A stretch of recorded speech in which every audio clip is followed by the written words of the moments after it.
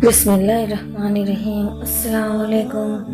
एक नौजवान ने एक बुजुर्ग से पूछा, अल्लाह ताला अपने नाफरमान बंदों से अपनी नेमतें छीन लेता है, लेकिन मैंने देखा सबके पास पहनने ओढ़ने को, खाने पीने के लिए सब कुछ मौजूद होता है। अल्लाह ताला तो किसी से कुछ भी नहीं छीनता। बुजुर्ग मुस्कुराए और बोले, क्या तुम्हारी नमाज में खुशू व खुशू है?